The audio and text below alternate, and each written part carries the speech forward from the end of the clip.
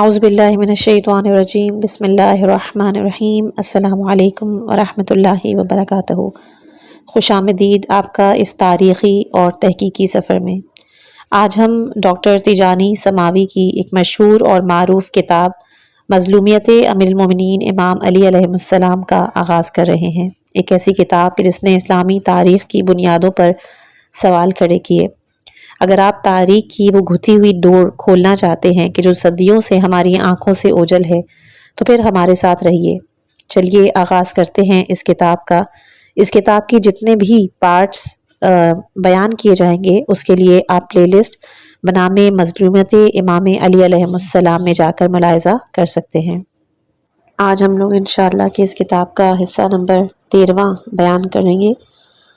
جہاں پہ اختتام کیا تھا وہیں سے شروع کرتے ہیں۔ عثمان بن عفان کے فاسد اور کرپٹ حکام کے متعلق امام علیہ السلام کی روش اور پالیسی کا تقاضا یہ تھا کہ آپ معاویہ کی طرز حکومت کو موافقت نہ کریں۔ معاویہ کی معزولی سے متعلق آپ کا اصرار اس جہت سے تھا کہ آپ ان افراد میں شامل تھے کہ جو اول تا آخر عثمان پر اس حوالے سے معترض رہے کہ وہ بدعنوان حکام کو ہٹا کر ان کی جگہ لائق اور اہل افراد کو مقرر کرے۔ امام کے اس موقف سے دوست اور دشمن سبھی واقف تھے، اور اس صورت میں کیسے ممکن تھا کہ جب زمام حکومت آپ علیہ السلام کے اپنے ہاتھ میں تھی تو آپ حاکم میں شام کی تائید کریں کہ جو ان تمام والیان سے زیادہ فاسد اور خطرناک تھا۔ امیر المومنین علیہ السلام کے نقطہ نگاہ کے مطابق سیاسی قوت اور قدرت عدل و انصاف کے نفاذ کا ایک ذریعہ ہے۔ ایسے میں معاویہ کی حکومت کا مسلسل حتیٰ ایک دن کے لیے بھی باطل کو قبول کرنے کے مترادف اور لوگوں کی گمراہی کا سبب تھا، نیز حق و عدالت کے نفاذ میں سستی اور لاپرواہی شمار ہوتا۔ علی ابن ابی طالب علیہ السلام کے لیے محال تھا کہ وہ دوسرے حکمرانوں کی طرح اپنی ذاتی مفاد کے لیے باطل کو اعلی کار بنائیں اور خود کو اتنا کم ترکہ دیں۔ یہی سبب تھا کہ جب مغیرہ بن شعبہ اور ابن عباس نے مشورہ دیا کہ آپ علیہ السلام معاویہ کو برطرف نہ کریں تو پھر اس وقت آپ نے یہ فرمایا تھا کہ میں گمراہوں کو ہرگز اپنا مددگار نہیں بناؤں گا۔ اس کے لیے سامنے آپ کے جتنی بھی ان دونوں باتوں کی جو ریفرنسز ہیں وہ جن جن کتاب میں موجود ہیں وہ سامنے آپ کے موجود ہیں۔ کتاب الامام علی علیہ السلام کے مصنف اس متعلق لکھتے ہیں کہ جو کوئی بھی عثمان بن عفان کے بدعنوان حکام کو ہٹانے کے سلسلے میں امام علی علیہ السلام کے موقف پر غور کرے گا وہ جان لے گا کہ علی کا موقف درست تھا۔ امیر المومنین علیہ السلام نے دور اندیشی اور بابصیرتی سے اس بات کو درک کیا کہ فاسد حکام کی معزولی تمام اسلامی شہروں کے افراد کی خواہش تھی اور اس کام کو ان کی جانب سے تائید بھی کی جائے۔ گزرتا وقت نے امیر المومنین علیہ السلام کی فراست کو ثابت کر دیا اور تمام اسلامی خطوں سے آپ کے اس فیصلے کا خیر مقدم بھی کیا گیا، لیکن شام کی فضا دیگر شہروں سے مختلف تھی، چونکہ وہ ایسے افراد کے زیر تسلط رہا کہ جو اقتدار کے پجاری تھے۔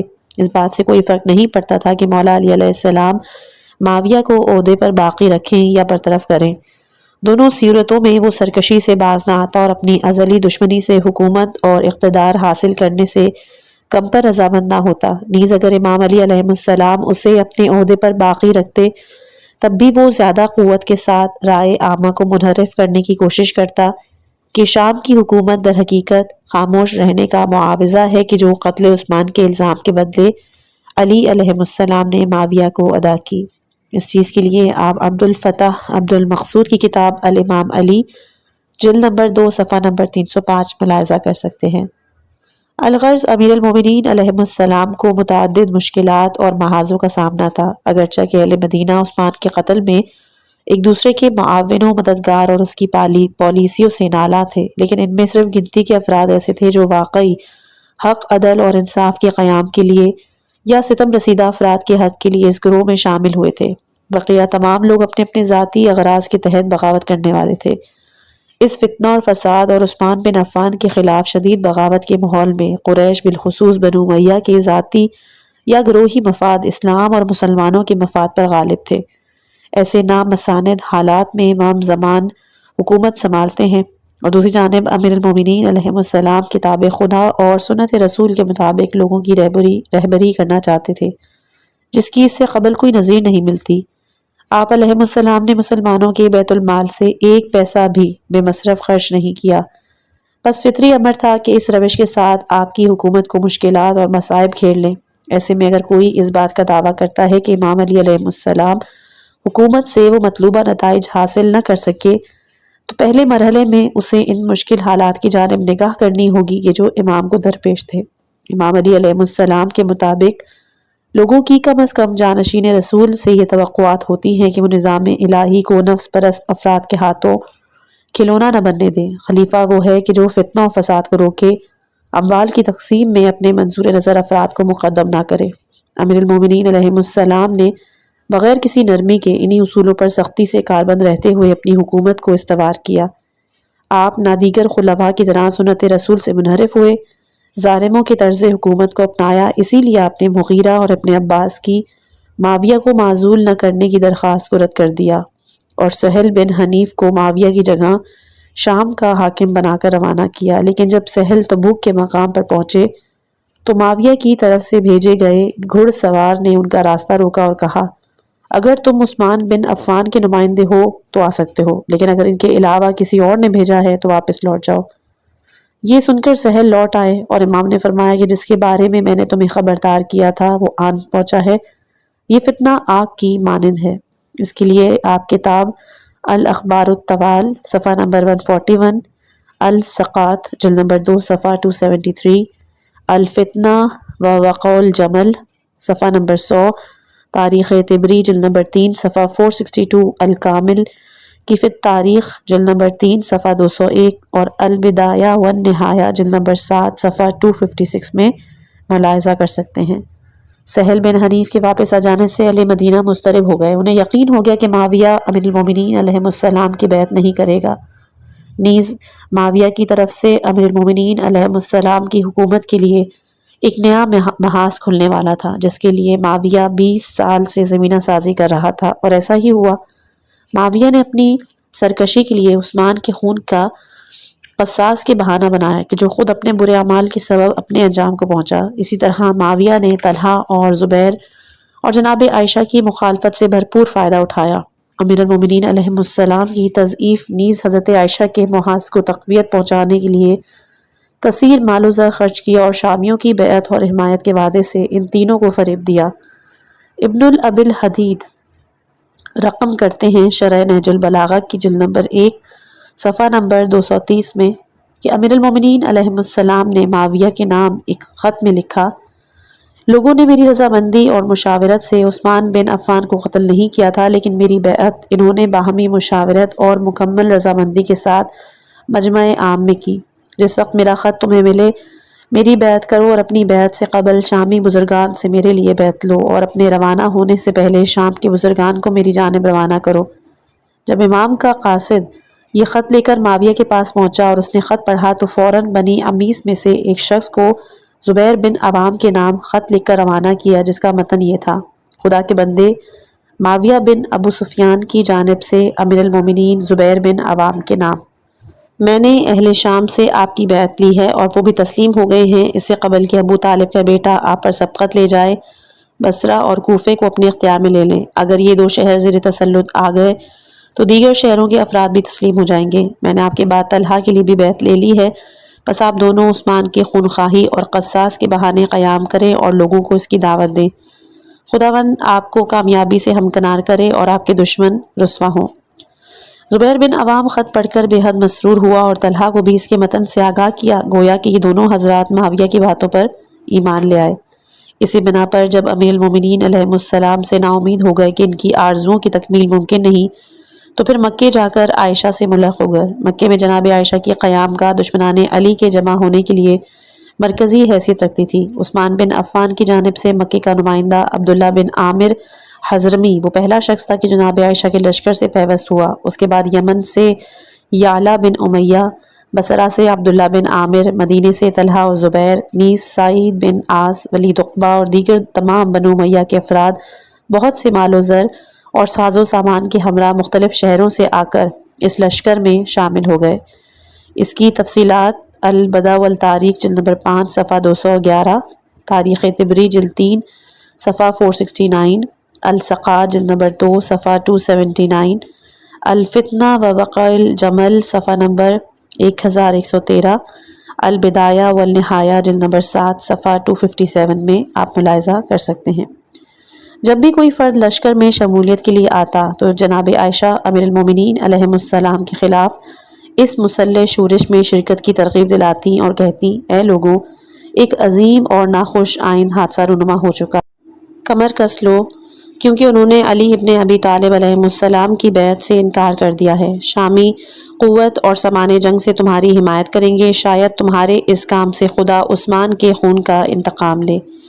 اس چیز کے لیے بھی آپ الفتنہ و وقت الجمل صفحہ نمبر 113 اور تبری کی تاریخ تبری جلد نمبر 3 صفحہ 469 کو ملاحظہ کر سکتے ہیں۔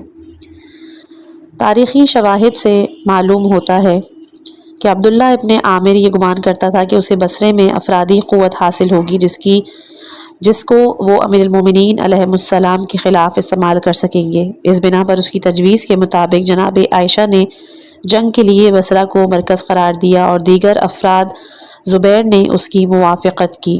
اس کے لیے آپ کتاب ابن حبان کی ذبی، ابن قتیبہ کی الامامہ والسیاسہ جلد نمبر 1 صفحہ 57، مروج الزہب جلد نمبر 2 صفحہ 366، البدع والتاریخ جلد نمبر 5 صفحہ 211، النساب الاشراف جلد نمبر 2 صفحہ 221 اور تاریخ تبری جلد نمبر 3 صفحہ 471 ملاحظہ کر سکتے ہیں۔ جناب عائشہ نے سیاسی طور پر اپنے محاذ کو مستحکم کرنے کے لیے دیگر ازواج رسول کو بھی دعوت دی کہ وہ اس جنگ میں شرکت کریں، لیکن حفصہ بنت عمر ابن خطاب کے سوا کسی نے موافقت نہ کی اور فقط انہوں نے کہا کہ میں عائشہ کے پیچھے جاؤں گی۔ البتہ جب ان کے بھائی عبداللہ نے چاہا کہ وہ مدینے میں ہی رہے اور بصرہ کی جانب نہ آئے تو انہوں نے بھی جناب عائشہ کو تنہا چھوڑ دیا، اگرچہ کہ وہ دلی طور پر عائشہ کے فعل سے راضی تھی۔ اس چیز کے لیے تبری، ابن حبان کی کتاب اور اس کے علاوہ الفتنہ والوقت الجمل صفحہ نمبر 114، الفتوح جلد نمبر 2 صفحہ 455، الجمل صفحہ 149، البدایہ والنہایہ جلد نمبر 7 صفحہ 258 کو ملاحظہ کر سکتے ہیں۔ جب امیر المومنین علیہ السلام کا لشکر ذی وقار کے مقام پر پہنچا تو جناب عائشہ نے حفصہ کے نام خط لکھا، علی ذی وقار تک پہنچ گئے ہیں اور چونکہ ہماری طاقت اور قدرت کی خبر انہیں مل گئی ہے اس لیے خوف و ہراس کا شکار ہو گئے ہیں۔ ان کی حالت سرخ اونٹ جیسی ہے کہ جو اگر آگے بڑھے گا تو روندا جائے گا اور اگر پیچھے ہٹے گا تو ذبح ہو جائے گا۔ جب حفصہ کو یہ خط ملا اس نے اپنی کنیزوں سے دف بجانے کو کہا اور یہ اشعار پڑھنے کا حکم دیا، علی کی کیا خبر ہے، سنا ہے وہ سفر میں ہے اور اس شتر کی طرح ہے کہ جو اگر آگے بڑھے گا تو کچل دیا جائے گا، پیچھے ہٹے گا تو نہر ہو جائے گا۔ یہ ساز و آواز سن کر بنی امیہ کی عورتیں، رسول اللہ صلی اللہ علیہ وآلہ وسلم کی آزاد کردہ کنیزیں سب حفصہ کے گھر میں جمع ہو گئیں۔ جب امیر المومنین علیہ السلام کی دختر بی بی ام کلثوم علیہ السلام کو خبر دی گئی تو آپ چادر میں مستور ہو کر حفصہ کے گھر گئیں اور جو ہی نقاب ہٹایا تو حفصہ نے آپ کو پہچانا اور شرمندہ ہو گئی۔ بی بی ام کلثوم علیہ السلام نے فرمایا، تم اور عائشہ آج امیر المومنین علی علیہ السلام کے خلاف متحد ہو گئی ہو۔ ابھی زیادہ وقت نہیں گزرا کہ اسی طرح تم دونوں نے رسول کے خلاف بھی ایکا کر لیا تھا، یہاں تک کہ خدا نے تم دونوں کے لیے آیت نازل کی۔ سورہ تحریم کی ابتدائی آیات کی جانب یہاں پر اشارہ ہے، اس کے لیے آپ رجوع کر سکتے ہیں شیعہ سنی تفاسیر کی جانب۔ حفصہ نے کہا کہ خدا آپ پر رحمت نازل کرے۔ میں باز آئی اور پھر حکم دیا کہ عائشہ کا خط لے کر آؤ اور خط منگوا کر اسے ٹکڑے ٹکڑے کر دیا۔ اس کے لیے آپ شرح نہج البلاغہ جلد نمبر 14 صفحہ نمبر 13 ابن ابی الحدید کی کتاب میں جا کر ملاحظہ کر سکتے ہیں۔ البتہ جناب عائشہ کی درخواست کے جواب میں بی بی ام سلمہ کا جواب دانش مندی پر مبنی تھا۔ ابتدا میں انہوں نے کوشش کی جناب عائشہ کو اس کام سے باز رکھے اور درخواست کی کہ وہ اپنے نسوانی احساسات اور جذبات کو ایک طرف کر کے ہوش مندی کا مظاہرہ کریں۔ نیز آپ نے انہیں آیات قرآنی یاد دلائیں کہ خدا نے عورتوں پر جہاد ساکت کیا ہے اور رسول اللہ صلی اللہ علیہ وآلہ وسلم نے ہمیں گھروں میں بیٹھنے کا حکم دیا تھا اور کہا، اے عائشہ کیا تمہیں یاد نہیں ایک دن جب میں رسول کا سر دھلا رہی تھی اور تم ان کے سر مبارک پر پانی ڈال رہی تھی، تب رسول نے فرمایا تھا کہ تم لوگوں میں سے کون ہوگی کہ جو اونٹ پر سواری کرے گی اور اس پر حواق کے کتے بھونکیں گے؟ میں نے کہا، خدا کی پناہ مانگتی ہوں تب آپ نے تمہارا شانہ ہلا کر کہا تھا کہ اے امیر تم وہ نہ ہونا۔ اس چیز کے لیے آپ کتاب الفتو جلد نمبر 2 صفحہ 454، المعیار والموازینہ صفحہ 27، شرح نہج البلاغہ جلد نمبر 6 صفحہ 217، جواہر المطالب جلد نمبر 2 اور صفحہ نمبر 10 ملاحظہ کر سکتے ہیں۔ اسی طرح بعض مورخین نے ذکر کیا ہے کہ بی بی ام سلمہ نے جناب عائشہ کو خط لکھا، زوجہ رسول ام سلمہ کی جانب سے مومنین کی ماں عائشہ کے نام۔ حمد ہے اس خدا کی جس کے سوا کوئی معبود نہیں، اما بعد اگر رسول اللہ صلی اللہ علیہ وآلہ وسلم کو معلوم ہوتا کہ عورتوں سے جہاد میں مدد ملتی ہے تو تمہیں اس کا حکم دیتے۔ آیا تم بھول گئی ہو کہ رسول نے تمہیں دین کے معاملے میں کوتاہی نہ کرنے میں منع کیا ہے؟ اگر دین کے ستون ہل جائیں تو عورتیں قائم نہیں کر سکتی، اور اگر دین میں پھوٹ پڑ جائے تو اصلاح کرنے پر قادر نہیں۔ عورتوں کا جہاد اپنی نگاہوں اور پاک دامنی کی حفاظت ہے۔ اگر بروز محشر رسول تم سے سوال کرے کہ کیوں اونٹ پر سوار ہو کر ایک شہر سے دوسرے شہر پھرتی رہی ہو تو کیا جواب دو گی؟ بخدا قسم اگر رسول مجھے جنت میں داخل ہونے کا حکم دے تو جنت میں داخل ہونے سے مجھے شرم آئے گی، در حالانکہ میں نے حجاب رسول کو چاک کیا ہو۔ اس کے لیے آپ العقد الفرید جلد نمبر 5 صفحہ 173، الامامہ والسیاسہ جلد نمبر 1 صفحہ 55، تاریخ یعقوبی جلد نمبر 2 صفحہ 180، مفید کی الجمل صفحہ 126 اور ابن ابی الحدید کی شرح نہج البلاغہ جلد نمبر 6 صفحہ 219 ملاحظہ کر سکتے ہیں۔ لیکن جناب عائشہ نے بی بی ام سلمہ کے پند و نصائح کو رتی برابر بھی اہمیت نہ دی اور اپنا سفر جاری رکھتے ہوئے امام علی علیہ السلام کے خلاف برسر پیکار رہیں اور لوگوں کو امیر المومنین علیہ السلام کے خلاف جنگ کے نام پر جمع کرتی رہیں، جنہیں مروان بن حکم، عبداللہ بن عامر، یعلا بن امیہ جیسے افراد نے مال غنیمت اور حکومت کا لالچ جیسے جھوٹے وعدوں سے بہکایا تھا۔ جناب عائشہ کیوں کر بی بی ام سلمہ کی نصیحتوں پہ کان دھرتی جبکہ وہ علی علیہ السلام کا نام سننا بھی پسند نہیں کرتی تھی۔ جنگ جمل امیر المومنین علیہ السلام کی ظاہری خلافت کے آغاز اور دور امام میں دستور رسالت رائج ہونے سے مسلمانوں کے ایک گروہ کی حکومتی امور میں دخل اندازی، سیاسی منفعت اور اقتصادی مراعات کو خطرہ لاحق ہو گیا۔ طلحہ اور زبیر جنہوں نے نہ کوئی حکومتی عہدہ بخشا گیا تھا، جس کے لیے آپ شرح نہج البلاغہ جلد نمبر 1 صفحہ 232 اور تاریخ یعقوبی کی جلد نمبر 2 صفحہ 180 ملاحظہ کر سکتے ہیں، اور نہ ہی امام عام مسلمانوں کے برعکس بلا ضرورت ان کے لیے بیت المال کا وظیفہ بڑھانے پر رضامند ہوئے تھے۔ اس کے لیے بھی وہی تمام ریفرنس ہے، بالشمول مفید کی الجمل صفحہ نمبر 88۔ اس محرومی اور خواری کے غم و غصے میں انہوں نے امام علیہ السلام کی بیعت توڑنے کے لیے موقع کی تلاش شروع کر دی۔ آپ علیہ السلام کے مسند خلافت سنبھالتے ہی جناب عائشہ کا مدینے واپس آنے سے انکار اور عثمان کے معزول شدہ افراد اور فراریوں کا ان کے گرد جمع ہونا، نیز خلافت عثمان کے آخر میں پھیلنے والا فتنہ ایسا بہانہ تھا کہ جس نے طلحہ اور زبیر کو اعلان جنگ کی خاطر مدینہ چھوڑنے کی جانب ترغیب دلائی۔ اس کے لیے الجمل صفحہ نمبر 120۔ وہ دونوں عمرے کی ادائیگی کی اجازت طلب کرنے کی غرض سے امام کے پاس آئے اور کہنے لگے کہ ہم اس غرض سے آپ کے پاس حاضر ہوئے ہیں تاکہ ادائیگی عمرہ کی خاطر مدینے سے باہر جانے کے لیے آپ کی اجازت طلب کر سکیں، کیونکہ کافی عرصے سے ہم مکہ نہیں جا سکے۔ امام علیہ السلام کے جو ان کے ارادوں سے باخبر تھے فرمایا، خدا کی قسم تم لوگ چاہتے ہو کہ بصرہ جاؤ اور میری بیعت شکنی کرو۔ وہ یقین دلانے لگے، ہم خدا کو گواہ بناتے ہیں، ہمارا ارادہ فقط عمرے کی ادائیگی ہے۔ امیر المومنین علیہ السلام نے انہیں حق کی جانب متوجہ کرنا چاہا اور کہا کہ قسم کھاؤ کہ امت میں فساد ڈالنے اور بیعت توڑنے کا تمہارا کوئی ارادہ نہیں ہے، اور نہ ہی تم لوگ کسی فتنے کو ہوا دینے کی کوشش کرو گے۔ اس چیز کے لیے تاریخ یعقوبی جلد نمبر 2 صفحہ 180، شرح نہج البلاغہ جلد نمبر 1 صفحہ 232، الفتوح جلد نمبر 2 صفحہ 451، ابن حبان کی الثقات جلد نمبر 2 صفحہ 277، مروج الذہب جلد نمبر 2 صفحہ 366 اور الامامہ والسیاسہ جلد نمبر 1 صفحہ 51 ملاحظہ کر سکتے ہیں۔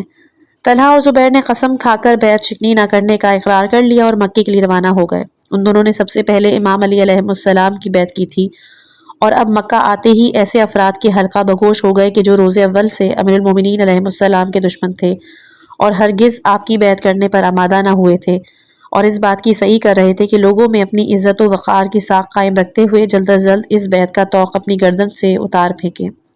مروان بن حکم ایک شاطرانہ تجویز پیش کرتے ہوئے کہتا ہے، میرے بزرگوں، جیسے تم نے لوگوں سے علی کے لیے بیعت طلب کی تھی ویسے ہی اپنے لیے طلب کرنے میں کیا چیز مانے ہے؟ اگر لوگ تمہاری بیعت کو قبول کر لیتے ہیں تو اسی کو بنیاد بنا کر تم حکومت کے خلاف محاذ آرائی کر سکتے ہو، اور اگر لوگ تمہاری... طلحہ نے جواب دیا، مشکل یہ ہے کہ ہم نے سب کے سامنے علی کی بیعت کی تھی، اب کس بات کو وجہ بنا کر بحث شکنی کریں؟ زبیر نے طلحہ کی بات کو بڑھاتے ہوئے کہا، ایک اور مشکل یہ ہے کہ ہم نے عثمان کی مدد کے لیے کوئی اقدام نہیں کیا اور علی کی بیعت کرنے میں بہت جلدی کر دی۔ اس جلسہ مشاورت کا تیسرا شخص ولید بن عقبہ گفتگو میں شامل ہوا۔ اگر تمہیں احساس ہے کہ عثمان کا دفاع نہ کر کے تم نے غلطی کی ہے تو اب علی سے جنگ کرو اور اس نیک کام سے اپنی غلطی کی تلافی کر دو۔ اگر تم سے خطا سرزد ہوئی ہے تو اب تم نے صحیح راہ کا انتخاب کیا ہے اور آج تم اپنے ماضی کی نسبت خیر پر ہو۔ اس کے بعد مروان نے حکومت کے ان دو شیدائیوں کے اندر پنپتی ہوئی بغاوت کو ابھارتے ہوئے کہا، میرے سر پر شام کی حکومت کا جنون ہے اور تم لوگ بصرہ کی گورنری کے خواہاں، بس میں تم لوگوں کا حامی ہوں اگرچہ ہلاک ہی کر دیا جاؤں۔ سعید بن عاص بھی اس بیٹھک میں شریک تھا۔ طلحہ اور زبیر سے کہنے لگا، عبداللہ بن عامر نے تم لوگوں کو بصرہ جانے کا مشورہ دیا ہے، جبکہ جس وقت اس نے بصرہ چھوڑا تھا تب وہاں کے باسی عثمان کے خیر خواہ تھے، جبکہ ان لوگوں نے بہت اشتیاق سے علی کی بیعت کی ہے۔ وہ کس بنا پر مدعی ہے کہ اب بصرہ والے علی کے خلاف برسر پیکار آنے پر آمادہ ہوں گے؟ وہ جب بصرہ سے نکالا گیا تو وہاں کا حاکم تھا، کیا تمہارا گمان ہے کہ اب وہ ان لوگوں میں واپس جائے گا؟ عبداللہ نے تمہیں افرادی اور مالی معاونت فراہم کرنے کا وعدہ کیا ہے، مگر یاد رکھو نہ تو بیت المال اس کے قبضے میں ہے اور نہ ہی بصرہ میں کوئی اس کا حامی۔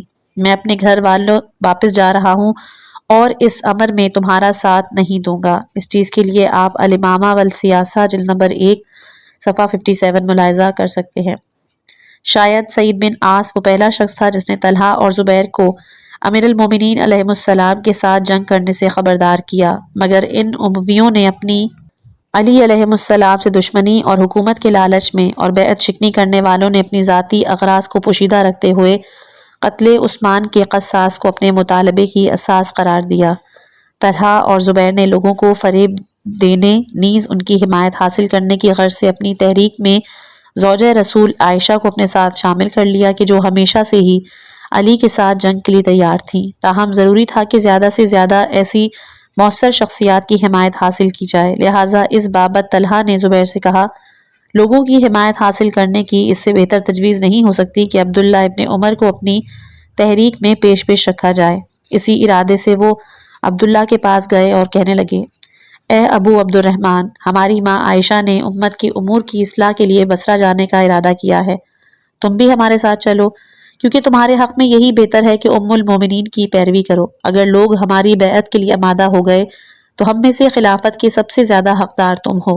ابن عمر نے جواب دیا، کیا تم یہ چاہتے ہو کہ مجھے میری پناہ گاہ سے نکال کر علی ابن ابی طالب علیہ السلام کی شکنجے میں دے دو؟ یہ بھی ان لوگوں کے ساتھ کہ جو درہم و دینار دیکھ کر اپنا ایمان فروخت کر دیتے ہیں۔ میں خلافت پر گوشہ نشینی کو ترجیح دیتا ہوں۔ یہ چیز الفتوح جلد نمبر 2 صفحہ 452، السقا جلد نمبر 2 صفحہ 278، الامامہ والسیاسہ جلد نمبر 1 صفحہ 57، البدایہ والنہایہ جلد نمبر 7 صفحہ 257، السیرۃ الحلبیہ جلد نمبر 3 صفحہ نمبر 355 میں نقل ہے۔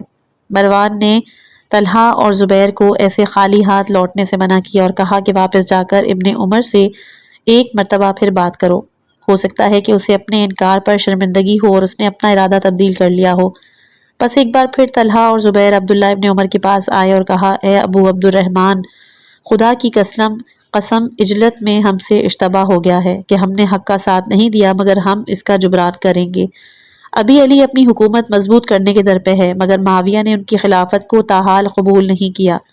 ہمارے خیال میں بہتر یہی ہے کہ خلافت کا معاملہ شورا کے سپرد کر دیا جائے، پس اگر تم ہمارا اور ام المومنین کا ساتھ دو گے تو امت کے معاملات صلح اور صفائی سے حل ہو جائیں گے، بصورت دیگر فساد برپا ہوگا۔ اس بار عبداللہ ابن عمر نے پہلے سے زیادہ قطعی انداز میں رد عمل دیتے ہوئے کہا، تم سچ کہہ رہے ہو تو تمہارا ساتھ نہ دینے پر میں صرف ایک فضیلت سے محروم رہوں گا، لیکن اگر اس کے برعکس ہوا تو تمہارا اعلی کار نہ بن کر میں ہر شر سے محفوظ رہوں گا۔ البتہ یہ بھی جان لو کہ عائشہ کے لیے اس کا گھر ایک کجاوے سے کہیں بہتر ہے، اور تم دونوں کے لیے مدینہ بصرہ سے اور عہدہ حکومتی تصرف نہ ملنے کی رسوائی حاکم کے خلاف تلوار اٹھانے سے بہتر ہے۔ علی کے خلاف وہ آئے کہ جو اس سے بہتر ہو۔ تم نے کہا کہ ہم خلافت کا انتخاب شورا کے ہاتھ میں دینا چاہتے ہیں، خدا کی قسم شورا کے باوجود علی ہی کامیاب ہوں گے اور تم لوگ شکست فاش سے دوچار ہوگے۔ خلیفہ کا چناؤ شورا کی طرف صرف وہی پلٹا سکتا ہے کہ جو حاکم ہو، اس لیے تم لوگ مجھ سے کوئی بھی امید مت رکھنا۔ ابن قتیبہ کی کتاب ہے جس کا صفحہ نمبر ہے 58۔ عوام کی حمایت حاصل کرنے کے لیے ان دونوں نے جو جتن کیے، ان میں سے ایک بصرہ کے 3 بزرگ قبائل کو خطوط لکھنا تھا۔ خطوط میں انہوں نے سرداروں سے امیر المومنین علیہ السلام کے مقابل جنگ میں ام المومنین کے لشکر میں شامل ہونے کا مطالبہ کیا، مگر تینوں سرداروں کعب بن سور، احنف بن قیس اور منظر بن ربیعہ نے جواب میں لکھا کہ انہیں طلحہ اور زبیر کا یہ مذاق بالکل بھی پسند نہیں آیا۔ کعب بن سور نے لکھا کہ اگر عثمان ظالم تھا تو اپنے ظلم کی وجہ سے مارا گیا، پھر تم اس کے قصاص کے لیے قیام کیوں کر رہے ہو؟ اور اگر وہ مظلوم تھا تب بھی تم سے زیادہ جو اس امر کے حقدار ہیں انہیں پیش قدمی کرنی چاہیے۔ اپنے مقتول خلیفہ کے قصاص کا ڈھونگ رچا کر در حقیقت طلحہ اور زبیر بیعت شکنی سے جناب عائشہ امیر المومنین علیہ السلام کی نسبت اپنی ازلی بغض و عناد اور بنو امیہ اپنی دشمنی کو عملی شکل دے کر ان مقاصد کو پانا چاہتے تھے جو حکومت علی میں ملنا ناممکن تھے۔ کہا جاتا ہے کہ یہ لوگ 3000 سے زائد افراد کا لشکر لیے بصرہ روانہ ہوئے۔ اس چیز کے لیے کتاب انصاب الاشراف جلد نمبر 2 صفحہ 222، تاریخ طبری جلد نمبر 3 صفحہ 471، الکامل فی التاریخ جلد نمبر 3 صفحہ 208، البدایہ والنہایہ جلد نمبر 7 صفحہ نمبر 258 ملاحظہ کر سکتے ہیں۔ مورخین نے لشکر جناب عائشہ کی بصرہ کے راستے میں کی جانے والی سرگرمیوں کو ان کی دنیا طلبی، مادہ پرستی، باطل مقاصد کا آئینہ دار گردانا ہے۔ فتنہ برپا کرنے والوں کا یہ لشکر جب بصرہ سے نکلا تو مروان بن حکم طلحہ اور زبیر کے پاس آیا اور کہا تم دونوں میں سے کس کو امیر المومنین کہیں اور نماز میں کس کی اقتدا کریں؟ زبیر کے بیٹے عبداللہ نے کہا میرے باپ کو، جبکہ طلحہ کے بیٹے محمد نے کہا میرے باپ کو۔ جناب عائشہ مروان کی خصلت سے واقف تھی، اس لیے سرزنش کرنے لگیں کہ تم ہمیں آپس میں ہی دست و گریبان کروانا چاہتے ہو، میرا بھانجا عبداللہ ابن زبیر امام جماعت ہوگا۔ اسی کشمکش اور باہمی تعارض کے پیش نظر معاذ بن عبداللہ کہنے لگا کہ اگر ہم علی سے جیت بھی گئے تو آپس میں ہی الجھ پڑیں گے، کیونکہ نہ تو زبیر طلحہ کو خلافت کے امور سنبھالنے دے گا اور نہ ہی طلحہ اپنا دل بڑا کر کے زبیر کی حکومت کو قبول کرے گا۔ اس کے لیے الکامل فی التاریخ جلد نمبر 3 صفحہ 209، تاریخ طبری جلد نمبر 3 صفحہ 473، انصاب الاشراف جلد نمبر 2 صفحہ 225 ملاحظہ کر سکتے ہیں۔ ایک خوفناک اور ناقابل فراموش حادثہ کہ جو اس لشکر کو بصرہ کی راستے میں پیش آیا وہ حواب کے کتوں کا واقعہ ہے۔ تاریخی منابع میں یہ حقیقت بغیر کسی تردد اور آر کے منقول ہے کہ رات کو قافلہ ایک مقام پر پہنچا جہاں پانی میسر تھا۔ اچانک پانی کے اطراف سے کتوں کے بھونکنے کی آوازوں نے سب کو متوجہ کیا۔ جناب عائشہ کہ جو ان آوازوں میں سب سے زیادہ خوفزدہ تھیں، لشکر والوں سے دریافت کرنے لگیں یہ کون سا مقام ہے؟ جواب ملا یہ حواب کا مقام ہے۔ جو ہی عائشہ نے سنا کہ وہ حواب پہنچ گئی ہیں، حیرت اور پریشانی سے اونٹ کی مہار کھینچنے لگی اور کہا جلدی کرو مجھے مدینہ واپس لے چلو۔ سپاہی کہ جو ان کے مسلسل اصرار، خوف اور متزلزل ہونے سے متحیر ہو گئے تھے استفسار کرنے لگے ماجرا کیا ہے؟ جناب عائشہ نے کہا کہ میں نے رسول اللہ صلی اللہ علیہ وآلہ وسلم کو فرماتے ہوئے سنا تھا کہ میں دیکھ رہا ہوں کہ حواب کے کتے میری ایک زوجہ پر بھونک رہے ہیں کہ جو ظالمین میں سے ہوگی، اور پھر میری جانب رخ کر کے فرمایا اے حمیرہ خیال کرنا کہیں ایسا نہ ہو کہ وہ تم ہو۔ تبھی ایک سپاہی نے کہا کہ خدا آپ کا بھلا کرے، یہ وقت ان باتوں کا نہیں ہے، ہمیں آگے بڑھنا چاہیے، بعید نہیں کہ خدا آپ کے ہاتھوں اس امت کی اصلاح فرمائے۔ اور پھر 50 لوگوں کو جمع کیا تاکہ وہ جھوٹی گواہی دے کہ یہ مقام حواب نہیں ہے۔ یہ اسلامی تاریخ کی پہلی جھوٹی گواہی تھی۔ عبداللہ ابن زبیر نے بھی جناب عائشہ کے سامنے قسم کھائی کہ حواب کی گھاٹی پیچھے رہ گئی ہے۔ اس چیز کے لیے آپ کے پاس جو کتابیں ہیں جس میں یہ بیان ہوا ہے، ایک اور واقعہ بھی رقم کیا جاتا ہے کہ سعید بن عاص اور مغیرہ بن شعبہ کے جو بیعت توڑنے پر آمادہ نہیں ہوئے تھے اور طاس کے مقام پر جناب عائشہ کے لشکر سے ملے۔ سعید جناب عائشہ کے پاس جا کر کہنے لگا یہ فوج کس شہر کی سمت رواں دوا ہے؟ عائشہ نے بتایا کہ ہم بصرہ جا رہے ہیں۔ سعید نے مزید پوچھا وہاں جانے کا ارادہ کیوں ہے؟ عائشہ نے کمال رسانیت سے کہا ہم عثمان کے قصاص کا مطالبہ کریں گے۔ سعید نے صاف الفاظ میں اعتراض کیا مگر عثمان کے قاتل تو اسی لشکر میں ہیں۔ پھر سعید نے مروان کی جانب رخ کیا اور یہی سوال اس کے سامنے رکھتے ہوئے کہا کہ جن لوگوں نے عثمان کو قتل کیا وہ تمہارے لشکر میں ہیں اور بخدا طلحہ اور زبیر کے علاوہ عثمان کو قتل کرنے والا اور کوئی نہیں ہے۔ یہ دونوں خلافت کے لیے خود ہی کو سزاوار سمجھتے ہیں، اور پھر اس بات کو ثابت کرنے کے لیے طلحہ اور زبیر نے فقط خلافت کے حصول کی خاطر ام المومنین کو اپنے ہمراہ کیا ہے۔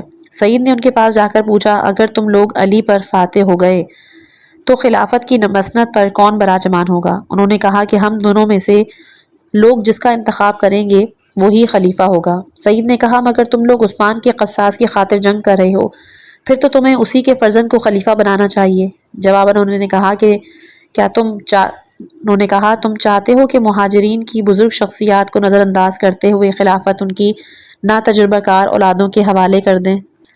یہ چیز تاریخ طبری جلد نمبر 3 صفحہ 472، الکامل فی التاریخ جلد نمبر 3 صفحہ 209، امتاع الاسماء جلد نمبر 13 صفحہ نمبر 231 میں ملاحظہ کر سکتے ہیں۔ مغیرہ بن شعبہ بھی سپاہیوں سے مخاطب ہو کر کہنے لگا اگر تم لوگ ام المومنین کا ساتھ دینا چاہتے ہو تو انہیں مکہ واپس بھیج دو، اور اگر عثمان کے خون کا قصاص چاہتے ہو تو بھی جان لو کہ یہ طلحہ اور زبیر کے جو ابھی تمہارے سپہ سالار بنے ہوئے ہیں انہوں نے ہی عثمان کو قتل کیا ہے، اور اگر تمہیں علی سے کوئی اختلاف ہے تو اسے بیان کرو اور ایک ہی سال میں دوسرا فتنہ برپا نہ کرو۔ یہ چیز الامامہ والسیاسہ جلد نمبر 1 صفحہ نمبر 60 میں نقل ہے، مگر کسی نے سعد بن مغیرہ کی بات پر کان نہیں دھرا۔ بعد میں سعید یمن کی طرف چلا گیا اور مغیرہ نے طائف کی راہ لی۔ ڈسکرپشن میں ہے کہ میں اس بات کو بعید جانتا ہوں کہ جو کوئی بھی تاریخی واقعات کو دقت نظری سے پرکھے گا اس کے لیے یہ امر واضح ہو جائے گا کہ تمام فتنوں میں مغیرہ پیش رہا، اور یہ وہی تھا کہ جس نے طلحہ اور زبیر کو عثمان بن عفان کے خلاف تحریک پر ابھارا۔ اس بنا پر محال ہے کہ وہ جناب عائشہ کے لشکر میں ہوتے ہوئے ان الفاظ سے امیر المومنین علیہ السلام کا دفاع کرے۔ جب یہ لشکر بصرہ کے قریب پہنچا تو عثمان بن حنیف کے جو امیر المومنین علیہ السلام کے بصرہ میں نمائندہ تھے انہوں نے ابو الاسود دوئلی اور عمران بن حسین کو طلحہ اور زبیر کی جانب روانہ کیا تاکہ کسی طرح گفت و شنید سے اس آنے والے فتنے کو ٹالا جا سکے جس کا نتیجہ مسلمانوں کی خون ریزی کے علاوہ کچھ نہ تھا۔ مذاکرات کا آغاز کرتے ہوئے ابو الاسود نے طلحہ سے کہا تم لوگوں نے عثمان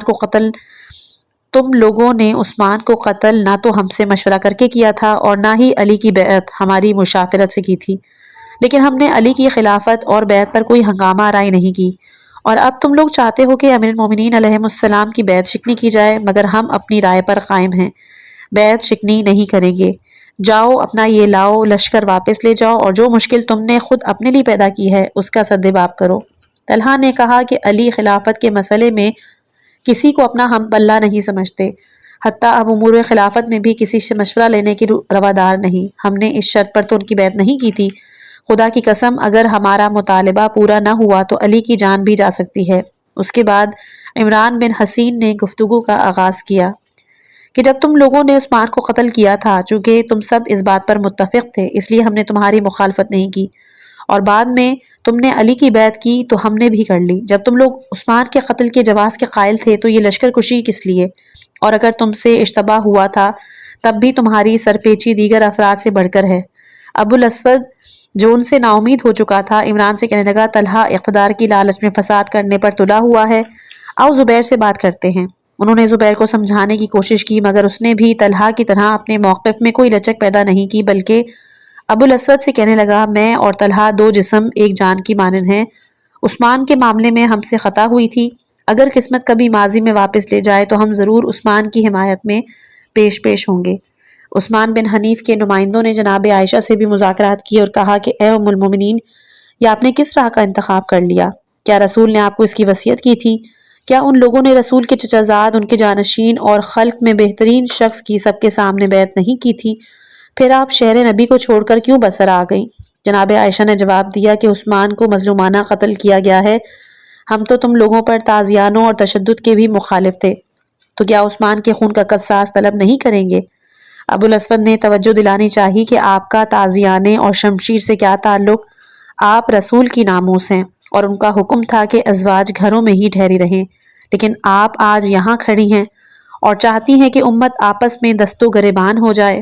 جناب عائشہ اس کی بات کو انسنا کرتے ہوئے استفسار کرنے لگی کہ کیا وہ جنگ میں ہمارا مقابلہ کر سکیں گے؟ خدا کی قسم وہ آپ سے ایسی جنگ کریں گے کہ ان کا ہلکا سوار بھی سروں کی ہڈیوں کا سرما بنا دے گا۔ اس کی اور اس کے آگے آنے والی جتنی ڈسکرپشنز ہیں وہ آپ کو اسکرین شاٹ میں ظاہر ہو جائیں گی۔ یہ والی کیونکہ ڈسکرپشن زیادہ تھی تو میں پڑھنے کے بجائے آپ لوگوں کو اسکرین شاٹ پیش کر رہی ہوں۔ اس کے بعد کی جو دو ہیں وہ انشاءاللہ کہ میں یہ دونوں افراد اس کے لشکر کو بصرہ میں داخل ہونے سے نہ روک سکے۔ لشکر نے مربد نامی مقام پر پڑاؤ ڈالا۔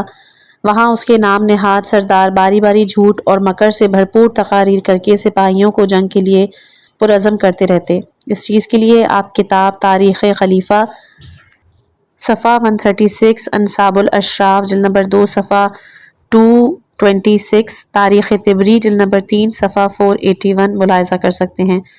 البتہ لشکر جمل کے اکثر سپاہیوں کا ذہن اس سوال پر اٹک گیا تھا کہ زوجہ رسول مدینہ چھوڑ کر کیوں اس جنگ کی خاطر بصرہ چلی آئیں۔ کچھ افراد کے لیے جناب عائشہ کی لشکر میں موجودگی اس بات کی وجہ بنی کہ وہ لشکر سے ملحق ہو گئے۔ البتہ دیگر لوگ اسے خدا اور اس کے رسول کے حکم سے سرپیچی قرار دے رہے تھے۔ انہوں نے جناب عائشہ کو میدان میں آنے سے روکنا بھی چاہا۔ اس کے لیے آپ کتاب الامامہ والسیاسہ جلد نمبر 1 صفحہ نمبر 64، الکامل فی التاریخ کی جلد نمبر 3 صفحہ نمبر 213 ملاحظہ کر سکتے ہیں۔ انہی میں سے ایک جاریہ بن قدامہ تھا کہ جس نے جناب عائشہ سے کہا، اے ام المومنین، عثمان کا قتل آپ کے اس اقدام کے سامنے بہت ارزاں ہے جس کی خاطر آپ اس ملعون شتر پر سوار ہو کر مکہ سے نکل آئی ہیں اور خود جنگ کے لیے مارکہ آرا ہونے کو ہیں۔ رسول اللہ کی زوجہ ہونے کی حیثیت سے ہمیں آپ کی حرمت اور احترام کا پاس ہے، مگر اس عمل سے آپ نے خود اپنی حرمت کو پامال اور شخصی منزلت کو تار تار کیا ہے۔ جو آپ کے مقابل جنگ کے لیے آئے گا وہ آپ کے قتل سے بھی دریغ نہیں کرے گا۔ اگر آپ نے اپنی دلی جذبات کی خاطر یہ قدم اٹھایا ہے تو اپنے گھر واپس چلے جائیں، اور اگر کسی نے مجبور کیا ہے تب بھی اپنے سپاہیوں کو حکم دیں تاکہ وہ آپ کو اس چنگل سے نکال کر مکے واپس چھوڑ آئیں۔ اس کے لیے کتاب زبی کی الفتنہ اور وقت الجمل صفحہ نمبر 125، تاریخ طبری جلد نمبر 3 صفحہ 482، الکامل فی التاریخ جلد نمبر 3 صفحہ 213، البدایہ والنہایہ جلد نمبر 7 صفحہ 256، امتاع الاسماء جلد نمبر 13 صفحہ 234، الامامہ والسیاسہ جلد نمبر 1 صفحہ نمبر 65 ملاحظہ کر سکتے ہیں۔ تاریخی شواہد سے یہ بات ظاہر ہوتی ہے کہ طلحہ اور زبیر امیر المومنین علیہم السلام سے دشمنی میں اتنا آگے نکل گئے تھے کہ کوئی بھی دلیل انہیں اس فتنہ انگیزی سے مانے رہنے کے لیے قائل نہیں کر سکتی تھی۔ انہوں نے قتل عثمان کو جعلی مظلومیت کا رنگ دے کر خود کو اس عمل سے بری ذمہ قرار دیتے ہوئے لوگوں کے دل میں یہ شبہ پیدا کیا کہ امام نے انہیں اپنی بیعت پر مجبور کیا تھا۔ بس انہوں نے لوگوں کو گمراہ کر کے حقیقت سے دور کیا۔ یہ ڈھونگ فقط اس لیے رچایا گیا تاکہ امام کی نسبت اپنی ذاتی بغض و کینے کو عوام کی نظروں سے آشکار ہونے سے بچایا جا سکے۔ اسی طرح ام المومنین اور خلیفہ اول کی صاحبزادی جناب عائشہ کی لشکر کے ہمراہ آمد ناقصین کے مطالبے کو مضبوط بنانے اور بڑی تعداد میں لوگوں کی حمایت کسب کرنے کا باعث بنی۔ جناب عائشہ کی شخصیت بحیثیت ام المومنین اور شعلہ اور فتنہ انگیز تقاریر بلا شبہ اس جنگ کی تحریک اور سپاہیوں کی امیر المومنین علیہ السلام کے خلاف اعلان بغاوت کا بنیادی عنصر تھیں۔ اس کا اثر لشکر کے سپہ سالاروں کی امام کی نسبت بغض و عناد اور روز بروز بڑھتی ہوئی مکاریوں میں دیکھا جا سکتا ہے۔ طبری کی روایت کے مطابق مکے کا یہ لشکر حکومتی تصرف کی غرض سے جس دم بصرہ میں داخل ہوا، عثمان بن حنیف سامنے آئے اور کہا کہ تمہیں علی سے ایسا کون سا اختلاف ہے کہ جو اس طرح لاؤ لشکر کے ساتھ وارد ہوئے ہو اور اسے جنگ کا ارادہ رکھتے ہو؟ انہوں نے جواب دیا کہ وہ ہم میں سے زیادہ خلافت کے حقدار نہیں، اور جو کام ان سے سرزد ہوئے ہیں تم خود بھی اس سے باخبر ہو۔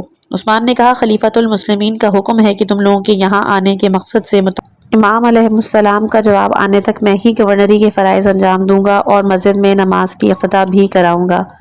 طلحہ اور زبیر نے عثمان بن حنیف کی تجویز کو قبول کیا اور یہی قرار پایا کہ امام کے فرمان تک صبر کریں گے، مگر وہ 2 دن سے زیادہ اپنے عہد پر قائم نہ رہ سکے اور زابوقہ کے مقام پر حکومت پر غلبہ پانے کی غرض سے عثمان بن حنیف کے خلاف برسر پیکار آ گئے۔ جناب عائشہ کی فوج تعداد میں زیادہ ہونے کی وجہ اس جھڑپ میں کامیاب ہو گئی۔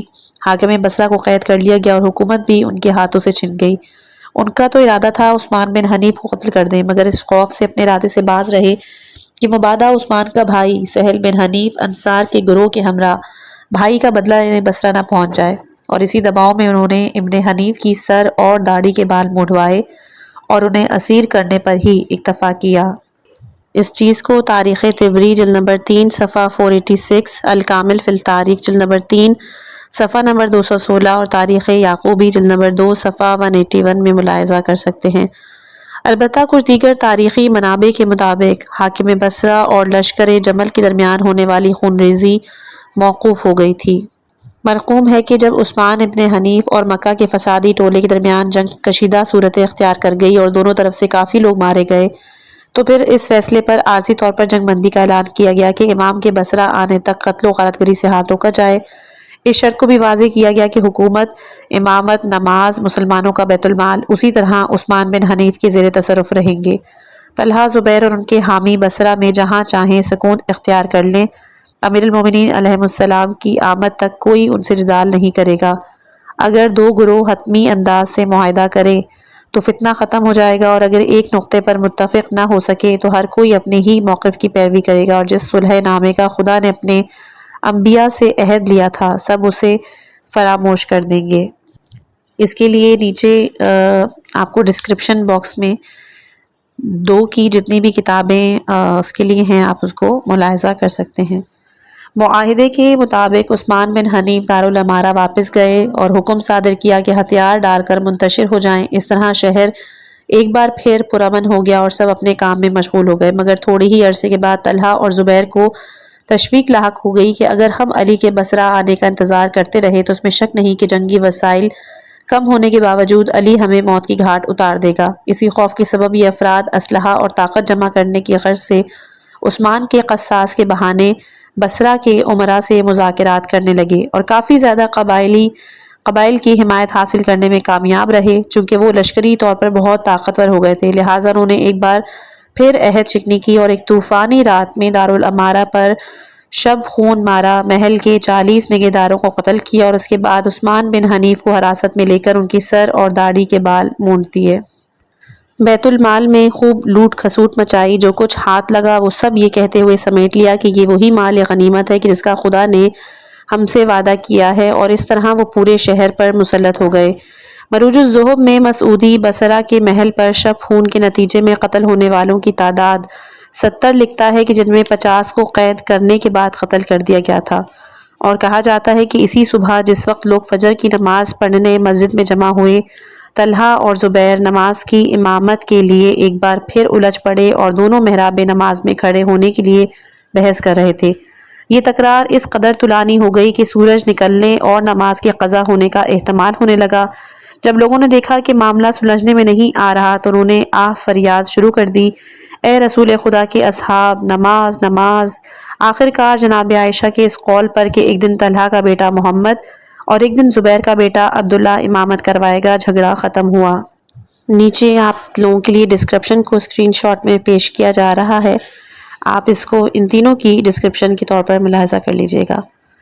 عثمان بن حنیف نے امیر المومنین علیہ السلام کے نمائندے کی حیثیت سے اور شہر کو پرامن رکھنے کی خاطر پورا زور لگایا کہ آنے والے فتنے کو روکا جا سکے۔ وہ اس حقیقت سے بخوبی آگاہ تھے کہ اگر جنگ کی چنگھاڑی بھڑکی تو یہ مسلمانوں کے خون کو ہی جلائے گی۔